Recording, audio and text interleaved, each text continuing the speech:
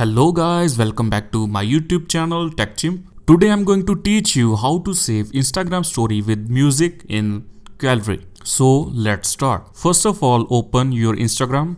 Now open any Instagram chat. Then click camera icon like this.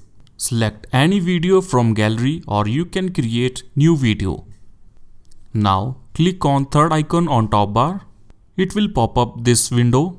Here select music option. You can see we have so many songs in the list. Click on any song from the list. This song will be added to your video like this. Make sure you click allow reply button in bottom. It's mandatory. After that click send button. It will take time to send video. After this, click and hold the video. Here you can see save button. Click on it. It will download video in gallery.